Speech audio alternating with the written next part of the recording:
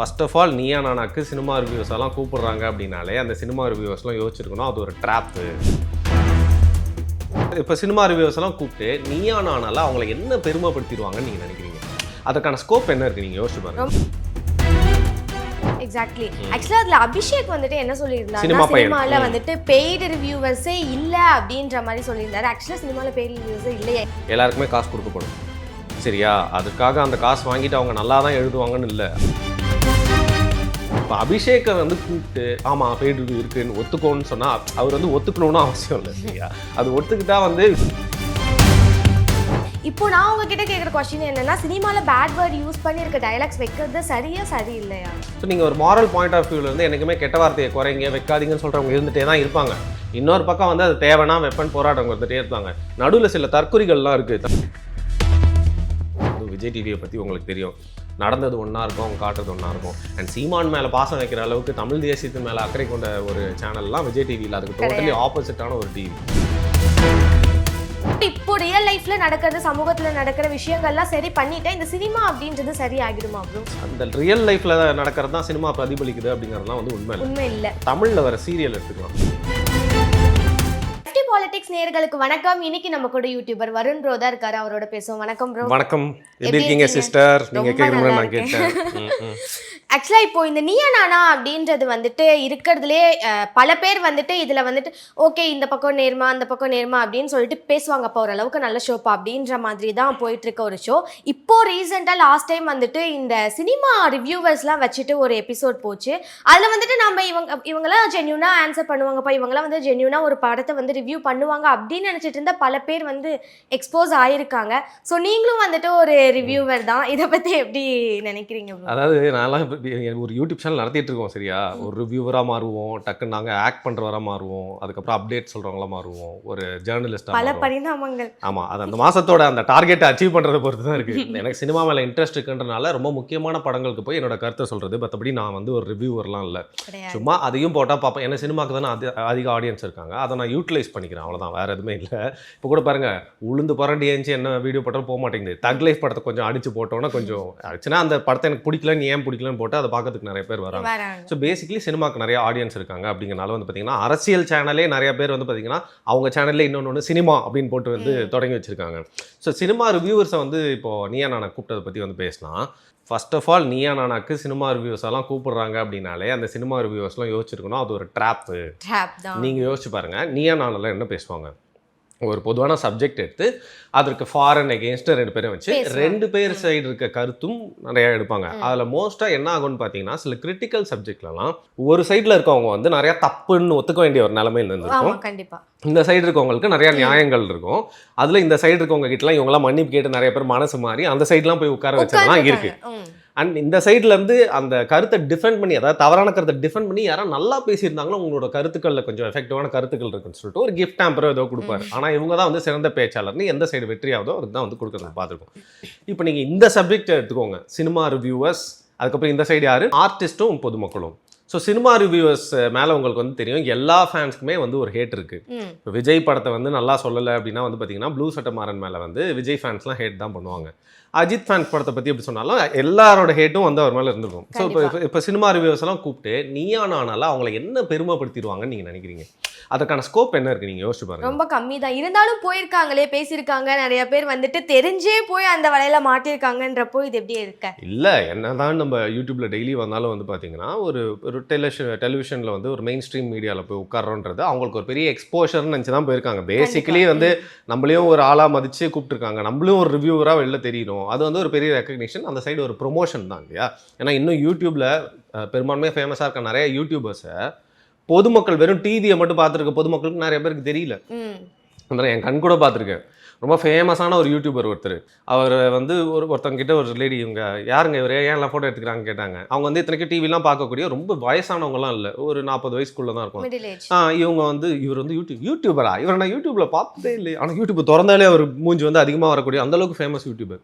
அப்போ நான் சொன்னேன், அவரும் சொன்னார், எவனுமே நம்ம ஃபேமஸ் எல்லாருக்குமே நம்மள தெரியும்னு நினச்சிடவே கூடாது அப்படிங்கிறத கற்றுக்கணும் அப்படின்னு சொன்னார். அதே மாதிரி இந்த யூடியூபர்ஸ்க்கும் இந்த ரிவ்யூவர்ஸ்க்கும் பார்த்தீங்கன்னா நம்ம போய் அங்கே உட்காந்தா நம்மளுக்கு அது ஒரு அங்கீகாரம் மாதிரி. விஜய் டிவியில் ரிவ்யூவர்ஸ்னு கூப்பிட்டு ஒரு 4 படியில் அந்த கேலரியில் உட்கார வைக்கிறாங்க. அதில் நம்மளும் இருக்கோம் அப்படிங்கிற பட்சத்தில் அந்த 20 ரிவ்யூவர்ஸில் நம்மளும் ஒரு முக்கியமான ரிவ்யூவர் அப்படிங்கிறது வந்து ஒரு அங்கீகாரம் மாதிரி நினச்சி வந்து போயிருக்காங்க. அதில் ரொம்ப சீனியர் மோஸ்ட் ரிவ்யூவரான மிஸ்டர் 1001 படத்துலேருந்து ரிவ்யூ பண்ணிட்டு இருக்க பிரசாந்துக்கு முன்னிருக்க ஏன் கொடுத்துருக்காங்க.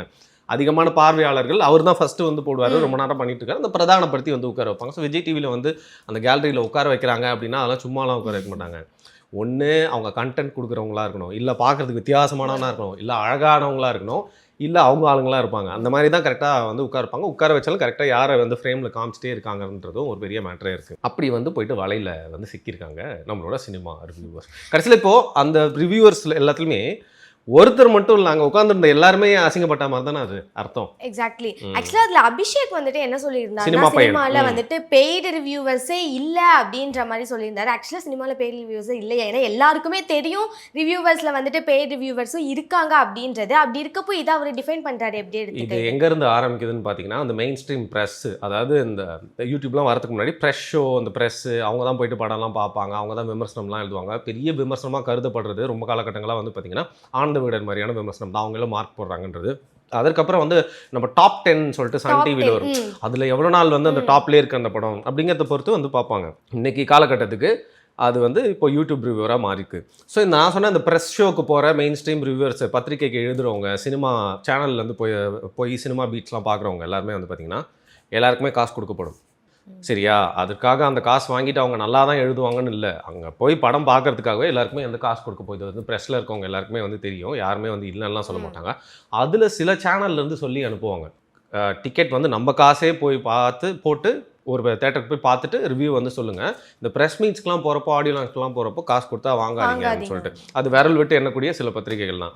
அது ஏன்னா நம்ம அவங்ககிட்ட வந்து காசு வாங்கிட்டா என்னைக்கா ஒரு நாள் வந்து அவன் ஒரு நஷ்டமாக போகுதுன்ற சூழ்நிலையில் வந்து இந்த படத்தை பற்றி தப்பாக எழுதாதீங்கன்னு சொல்லுவான், இல்லை நல்லதாக எழுதுங்க 2 வரி அப்படின்னு சொல்லுவான், இல்லை இந்த ஆக்டரை பற்றி கொஞ்சம் மோசமாக எழுதுங்க, இல்லை இந்த ஆக்டரை கொஞ்சம் தூக்கி வச்சு எழுதுங்கன்னு சொல்லுவான்.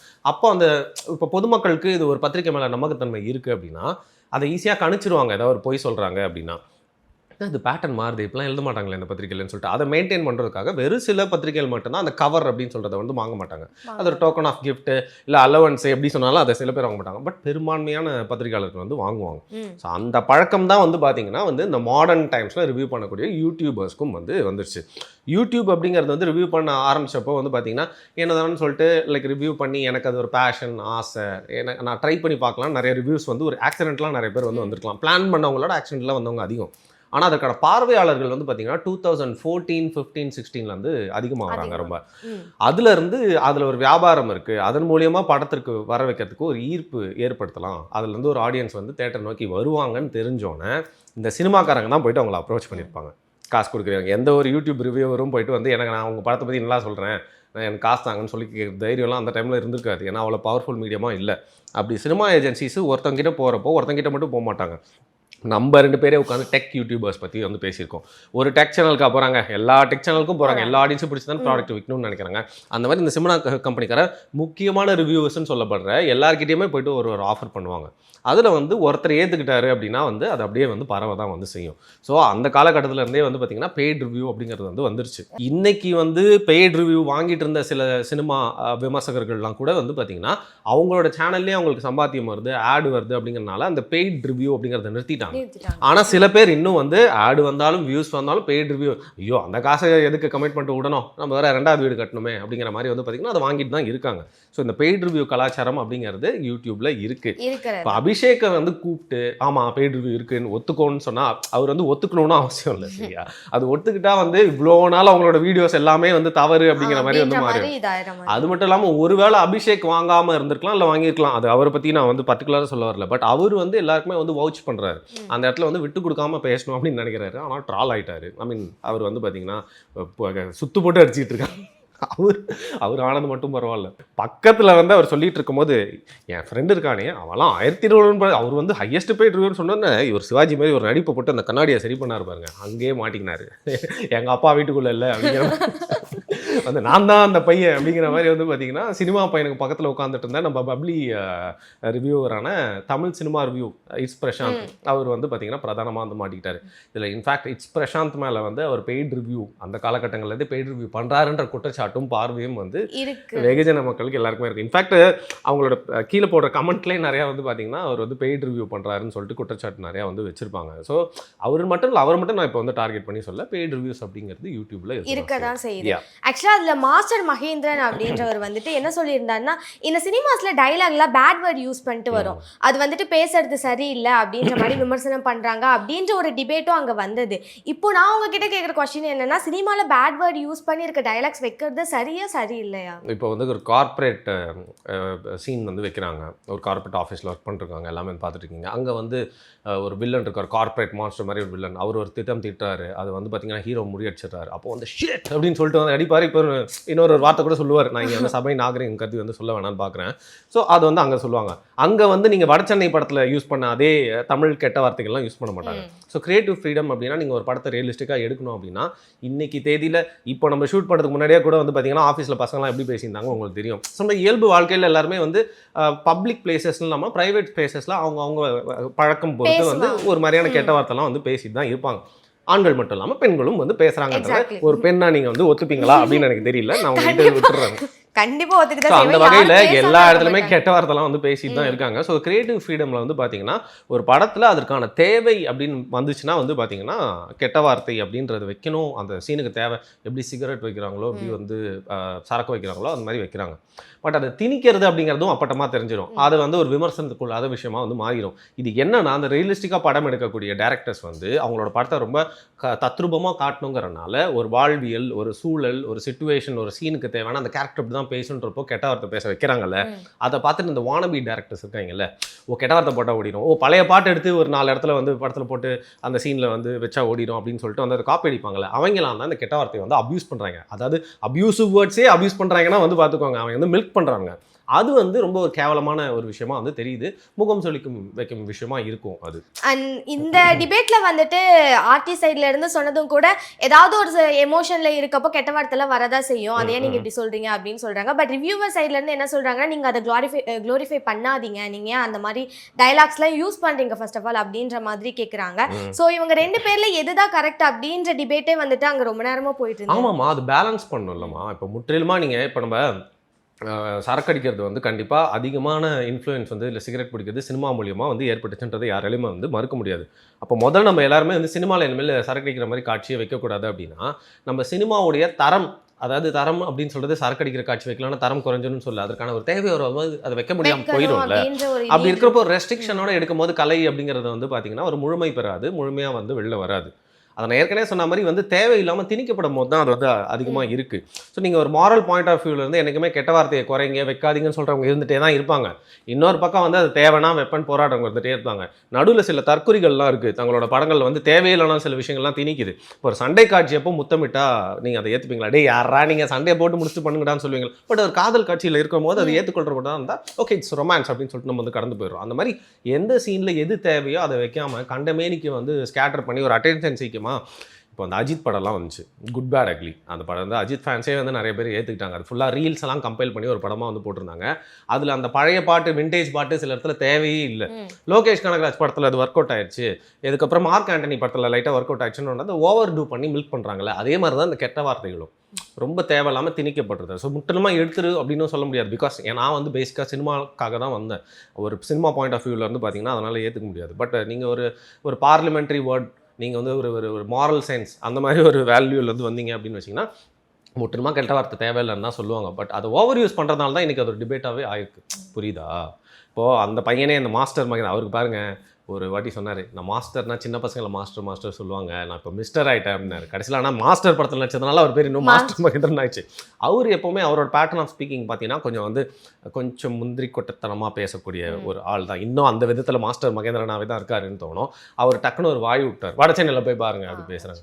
அதை வந்து அவர் தவிர்த்துருக்கலாம். அது ஏற்கனவே வந்து அப்படி இருக்கு, அதுக்கு கீழே எல்லாம் போட்டுருந்தாங்க, ஆமாடா அப்படிதான் பேசுகிறாங்கன்னு சொல்லிட்டு அதெல்லாம் வந்து பார்த்தீங்கன்னா ஜாதிய வன்மம், அது ஒரு கிளாஸ் மென்டாலிட்டியில் வந்து அது வந்து சொல்கிறது. இருந்தாலும் ஒரு இடத்த வந்து ஒரு பப்ளிக் ஸ்பேஸில் அது இப்படிதான் இருக்குன்றத சொல்றது மூலியமா இன்னும் நீங்க ஸ்டீரியோடைப் பண்ணி அந்த இடம்னா அப்படிதான் அங்க இருக்கு இருக்கவன் எப்பவுமே அப்படின்னு. அப்படிதான் இருக்கணும்னு தோணுதுல. அதனால அது வந்து ஒரு அது அபத்தமான மட்டும் பேச்சா இது தோணுச்சு. பண்ணிருக்கலாம். ஆக்சுவலா கோபிநாத் அவர் மேல வந்துட்டு நிறைய பேருக்கு ஒரு சில பக்கத்துல மரியாதை இருந்தாலும் அவர் விமர்சிக்கிறவங்களும் நிறைய பேர் இருக்காங்க. நிச்சயமா. இந்த இதுலயும் கூட அவர் வந்துட்டு போற போக்குல ஒரு பொய் சொல்லிட்டு போனாரு. என்ன சொன்னாருன்னா, நீயா நானாம வந்து நிறைய ஷோஸ் பண்ணுது, எங்களுக்குலாம் ஒரு மிரட்டல் கூட வந்ததே இல்ல அப்படின்னு சொல்லியிருந்தாங்க. ஆனா ரீசெண்டா சீமான் அவர்களை வந்துட்டு கூப்பிட்டு KPY பண்ணாங்க. சோ அதுல வந்துட்டு மிரட்டல் வந்த வீடியோ இப்போ வரைக்கும் வந்து யூடியூப்ல இருக்கு. இப்படி இருக்கப்போ ஏன் இந்த மாதிரியான விஷயங்கள்லாம் சொல்லிட்டு இருக்காரு? அது ஏதோ ஒரு உள்குத்தாதாங்க தோணுது. இப்போ எவ்வளோ நிகழ்ச்சிகள் இருக்கு விஜய் டிவியில், எவ்வளோ அவார்ட் ஷோஸ் இருக்கு, அங்கெல்லாம் கூப்பிடாம கரெக்டாக KPYல வந்து சீமானை கூப்பிடுறாங்க அப்படிங்கிற பட்சத்தில் அது வந்து சரி என்னால் ஒரு விஷயத்தை வந்து ஒரு சர்காஸ்டிக் பாயிண்ட் ஆஃப் வியூவில் பார்க்காம கடந்து போக முடியாது. இது இப்படி தாங்க அப்படின்னு சொல்லிட்டு அது வந்து வேணும்ட்டே தான் அவர் வந்து கூப்பிட்டுருக்காங்க. ஆனால் சீமான் மாதிரியான ஒரு தலைவருக்கு அவருக்குன்னு ஒரு தனி டிவி சேனல் இல்லை. அவர்கிட்ட கண்டென்ட் வேணும்னா மட்டும் எல்லா பத்திரிகையாளரும் கான்ட்ரவர்ஷியல் கொஸ்டின்ஸை கேட்டு அவர்கிட்ட கண்டென்ட் அள்ளிட்டு போயிடுவாங்க. அப்படி இருக்கிறப்போ வந்து பார்த்தீங்கன்னா ஒரு விஜய் டிவியிலேருந்து ஒரு ஷோவில் வந்து கூப்பிட்றாங்கன்னா அவர் அங்கே போய் வந்து தமிழ் இலக்கியங்களில் இருக்கக்கூடிய நகைச்சுவை, தமிழ் உச்சரிப்பு, இங்கே நிறைய பேர் வந்து பார்த்தீங்கன்னா வந்து தமிழ்லேயே காமெடி பண்ணாங்க. அது மாதிரி ஏதோ ஒன்று அவரோட அரசியல் அங்கே பேசுறதுக்கான ஒரு மேடை கிடைக்குமோ அதை பயன்படுத்தி தான் பார்ப்பார். ஆனால் அவங்க ஏன் பர்டிகுலர் அந்த ஷோக்கு சீமானை கூப்பிட்டுருக்காங்கன்றதுல ஒரு உள்குத்தாக தான் எனக்கு தோணுது. அது வந்து ஒரு காமெடி ஷோ, அவரை கூப்பிட்டாங்க வச்சு அவரை சிரிக்க வச்சு வேணும்ன்ட்டே அதை திருப்பிலாம் போட்டு காட்டி, அதுவும் விஜய் டிவியை பற்றி உங்களுக்கு தெரியும், நடந்தது ஒன்றா இருக்கும், அவங்க காட்டுறது ஒன்றா இருக்கும். அண்ட் சீமான் மேலே பாசம் வைக்கிற அளவுக்கு தமிழ் தேசியத்தின் மேலே அக்கறை கொண்ட ஒரு சேனல்லாம் விஜய் டிவியில், அதுக்கு டோட்டலி ஆப்போசிட்டான ஒரு டிவி. அந்த வகையில் அவர் ஏன் அந்த ஷோ கூப்பிட்டாங்கன்றது ஒன்று இருக்குது. இன்னொன்று நீங்கள் கேட்ட கொஸ்டின், நீயா நானா ஒவ்வொரு எபிசோடுக்கும் துப்பி நிறைய பேர் வீடியோ போட்டு தான் இருக்கான், ரிவ்யூவே பண்ணிருக்கான். என் சேனலில் நான் வந்து ஒரு வீடியோ போட்டிருக்கேன் நீயா நானா அவள் மேலே விமர்சனம் வச்சு 1 மணி நேரம் ஆல்மோஸ்ட் பேசி வந்து நானும் பாரியும் பார்த்தீங்கன்னா போன வாரம் தான் ஒரு வீடியோ போட்டிருக்கோம். அதில் ஒருத்தர் கூட நீங்கள் 2 பேர் சொல்கிறது தப்புன்னு சொல்லவே இல்லை. என்ன கோபிக்கு இவ்வளோ மரியாதை, இன்னும் கிழிச்சு விடுங்கன்னு தான் சொன்னாங்க. பட் என்ன சொன்னாலும் வந்து பார்த்தீங்கன்னா இன்றைக்கி வந்து தொலைக்காட்சியில் ஒரு தமிழ் பேசக்கூடிய நீங்கள் ஒரு ஆங்கர், உங்களுக்கு தெரியும், அப்படி நின்று ஒரு 2 சைடையும் வந்து பார்த்தீங்கன்னா அதை மாடரேட் பண்ணி கொண்டு போய் தமிழ் உச்சரிப்பு, அந்த வாக்கியம், கமாண்ட் எல்லாரையுமே கண்ட்ரோல் பண்ணி கொண்டு போகிறது ரொம்ப பெரிய விஷயம். அதை பல வருஷங்களாக பண்ணிட்டு இருக்காரு. ஆனால் இன்றைக்கி தூக்கத்தை வந்து எழுப்பி விட்டா கூட பண்ணுற அளவுக்கு அதுக்கு வந்து அது பழகிடுச்சு. ஸோ ஒரு விஷயம் வந்து பார்த்தீங்கன்னா போக ஒரு ஸ்டார்டிங்கில் ஒரு மனித ஹியூமன் டச்சோட வந்து பண்ண ஆரம்பிப்போம். பட் அதுக்கு மேலே ஒரு ரொபாட்டிக் ஒரு மெஷின் மாதிரி அது ஆகும் தெரியுமா? இப்போ நீங்களே வந்து FT பாலிடிக்ஸ் நேருக்கு வணக்கம் சொல்கிறது ஒரு பாயிண்ட் ஆஃப் டைமில் டக்குன்னு பழகிடும். அந்த மாதிரி ஒரு டாக் ஷோவில் அவரோட கருத்தும் ஆயிடுச்சுன்னு எனக்கு தோணுது. போக வந்து பார்த்தீங்கன்னா அவரோட தாந்தோன்றித்தனமா இல்லை சேனலோட அஜெண்டாக்காக அவர் வந்து நிறைய விஷயம் பண்ணுறாரு. ப்ளஸ் அவருக்கும் சில அரசியல் சார்பெல்லாம் இருக்குது. அதை தூக்கி பிடிப்பார், அதற்கு எதிராக யாராவது பேசினா அவங்க வாயை அடைப்பார். அந்த மாதிரி பார்ஷாலிட்டிலாம் வந்து பண்ணிட்டு தான் இருக்காரு. அது எல்லா தலைப்புலையுமே அவர் வந்து பார்த்தீங்கன்னா இப்போ ரீசெண்ட் டைம்ஸில் சிக்கிட்டே தான் இருக்காரு. அந்த விதத்தில் மிரட்டல் வரல, மிரட்டலையும் தாண்டி அப்படிங்கிற லெவலுக்கு விமர்சனத்தை வந்து துப்பிட்டு போயிட்டே இருக்காங்க. அந்த அளவுக்கு வந்து பார்த்தீங்கன்னா அந்த ஷோ மேலே வந்து ஒரு நம்பகத்தன்மை வந்து குறைஞ்சிட்டே வருது. கண்டிப்பாக உங்களை நான் மாட்டி விடலாமா? உங்ககிட்ட நான் ஒரு கொஸ்டின் கேட்டேன் இந்த ஷோக்கு முன்னாடி, நீங்கள் நீயா நான் பார்ப்பீங்களான்னு கேட்டேன். அதுக்கு நீங்கள் என்ன சொன்னீங்க? ஆக்சுவலா ஆமா ஃபர்ஸ்ட் வந்தப்போலாம் வந்துட்டு அவங்க எடுக்கிற டாபிக்கா இருக்கட்டும், அங்க பேசுற கண்டென்ட்டா இருக்கட்டும், சண்டே மதியானம் மிஸ் பண்ணவே மாட்டோம்ல அந்த ஷோவை. பட் இப்போ அந்த மாதிரி Neeya Naana is a combination மாதிரி இருக்கும். இப்போ வந்துட்டு அந்த மாதிரி இல்ல, ஏதோ போடணும் சாட்டர்டே சண்டே ஆனா ஒரு எபிசோட் போடணும் அப்படின்றதுக்காக ஏதோ கோட் சச்சிட்டாங்க, அதனால அவரை வச்சு ஏதாவது ஒரு ஷோ பண்ணுங்கிற மாதிரி எடுத்துட்டு இருக்காங்க. அதுவும் அப்படி மேலோட்டமா கடந்து போயிட முடியாது, சில அஜெண்டாவை திணிக்கிறதுக்காகவும் அவங்க வந்து பண்ணிட்டு இருக்காங்க. ஆக்சுவலா கோபிநாத் அவர் மேல வந்துட்டு இன்னும் நிறைய குற்றச்சாட்டு வச்சிட்டு இருக்காங்க. ரீசெண்ட் டைம்ஸ்ல ஒரு எபிசோட்ல வந்துட்டு அவர் ஒரு ஸ்கூல் பொண்ணுக்கு இந்த பொண்ணோட ஃபீஸ் மொத்தமும் நானே பே பண்றேன், அந்த ஒரு இதை நான் எடுத்துக்கிறேன் அப்படின்னு சொல்லியிருந்தாரு. ஆனா அதுக்கப்புறமேட்டு அவர் அதை கண்டுக்கவே இல்லை, அவர் அதுக்கான நடவடிக்கை எதுவுமே எடுக்கவே இல்லை அப்படின்னு சொல்லிட்டு அவரை இப்போ கொஸ்டின் பண்ணிட்டு இருக்காங்க. இது வந்து நிறைய நடக்கும் சேனல்ல. இது உங்களுக்கு தெரிஞ்ச ஒரு இன்சிடென்ட். இந்த மாதிரி நிறைய ஷோஸ்ல ஏன் அரட்டை அரங்கம்ல ஆரம்பிச்சு இந்த மாதிரி ஷோஸ்ல நிறைய எவனா ஒருத்த வாய்க்கு அந்த டிவி கேமராக்கு முன்னாடி ஏதாவது வந்து சொல்லிட்டு போயிடுவான். ஆனால் அதெல்லாம் ஃபாலோ பண்ணாமல் நிறைய பேர்லாம் இருந்திருக்காங்க. இந்த ஒரு இன்சிடென்ட் வந்து வெளில வந்ததுனால உங்களுக்கு தெரியுது. அது மட்டும் இல்லாமல் இப்போ கோபியால் போயிட்டு அதை வந்து அவர் ஆல்மோஸ்ட் 1000 எபிசோட் கிட்ட பண்ணியிருந்தாங்கன்னா எல்லாத்துக்கும் ஒரு பிரச்சனையை போயிட்டு அவர் ஃபாலோ பண்ணிட்டு இருக்கவே முடியாது. அது ரொம்ப ஒரு கஷ்டமான விஷயம். ஏன் அந்த கேமரா முன்னாடி வாக்கு கொடுத்தானோ அவன் மேலே இருக்கக்கூடிய தப்பு இது. அதுக்கு வந்து ஒரு சேனலோ இல்லை ஒரு ஆங்கரோ பொறுப்பு எடுத்துகிட்டு செய்யணும்னு முழுக்க பொறுப்பு எடுத்துக்க முடியாது டெக்னிக்கலி. ஆனால் நீங்கள் அந்த நேரத்தில் எல்லாருமே கூஸ் பம்ஸ் ஆக வச்சு சில்லறையெல்லாம் செதற விட வச்சு அந்த சீனை யூஸ் பண்ணி தானே அந்த ஷோவோட மெருகை ஏற்றுறீங்க. அப்படிங்கிறப்போ இந்த மாதிரி எவனா வாக்கு கொடுத்தானா நீங்கள் கொஞ்சம் ஃபாலோ பண்ண வந்து ட்ரை பண்ணலாம். இல்லைனா வந்து டே எமோஷனை குறடா அப்படிலாம் வந்து சொல்லாத, கண்டிப்பாக கொடுப்பியா அப்படின்னு சொல்லிட்டு அவங்ககிட்ட அங்கேயே வந்து அதற்கான கொஷினை கேட்டு அதற்கான ஏதாவது ஒரு வாய் வழியாக அவரோட அவரோட ப்ராமிஸை பெற மாதிரியான ஏதாவது ஒரு விஷயத்தை வந்து பண்ணலாம். பட் இது ரொம்ப ஒரு ஹைப்போதெட்டிக்கலான விஷயம் இந்தியா. ஆக்சுவலாக அந்த ஒரு டிபேட்டில் வந்துட்டு ரொம்ப பார்க்கப்பட்ட ஒரு கருத்து அப்படின்னா ரியல் லைஃப்பில் நடக்கிறது தானே சினிமாவில் அப்படியே பிரதிபலித்து எடுக்கிறீங்க எடுக்கிறீங்க அப்படின்ட்டு சொன்னது தான். ஸோ இப்போ இருக்க சினிமா அப்படின்னாலே வந்துட்டு பலருக்கும் பல விமர்சனங்கள் இருக்குது, அதுலேயும் சரியாக இல்லை அப்படின்ற ஒரு கருத்து தான் எல்லாருக்கும் மேலோங்கி இருக்குன்னு சொல்லலாம். அப்படி இருக்கப்போ இப்போ ரியல் லைஃப்பில் நடக்கிறது, சமூகத்தில் நடக்கிற விஷயங்கள்லாம் சரி பண்ணிட்டேன், இந்த சினிமா அப்படின்றது சரியாகிடுமா ப்ரோ? ஸ்டார்டிங்கில் சினிமா அப்படின்னு ஆரம்பிக்கிறப்போ வந்து பார்த்தீங்கன்னா, நான் சொல்கிறேன் அந்த பாட்டாக பாடிட்டு இருப்பாங்க நாடக காலத்தில் அப்படி சொல்ல, அதுக்கப்புறம் கொஞ்சம் கொஞ்சமாக வந்து மெயின் ஸ்ட்ரீம் படம்னு வர்றப்போ வந்து பார்த்தீங்கன்னா, சினிமா வந்து வாழ்க்கையில் இருந்து தான் வாழ்க்கையில் இருக்கிறதெல்லாம் வந்து பிரதிபலிக்குது.